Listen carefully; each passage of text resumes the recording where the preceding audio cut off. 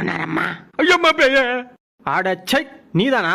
ஏண்டா நடு ரோட்ல என்னடா தட்ட தூக்கிட்டு நிக்கிற? பச்சிடுது சோறுபட.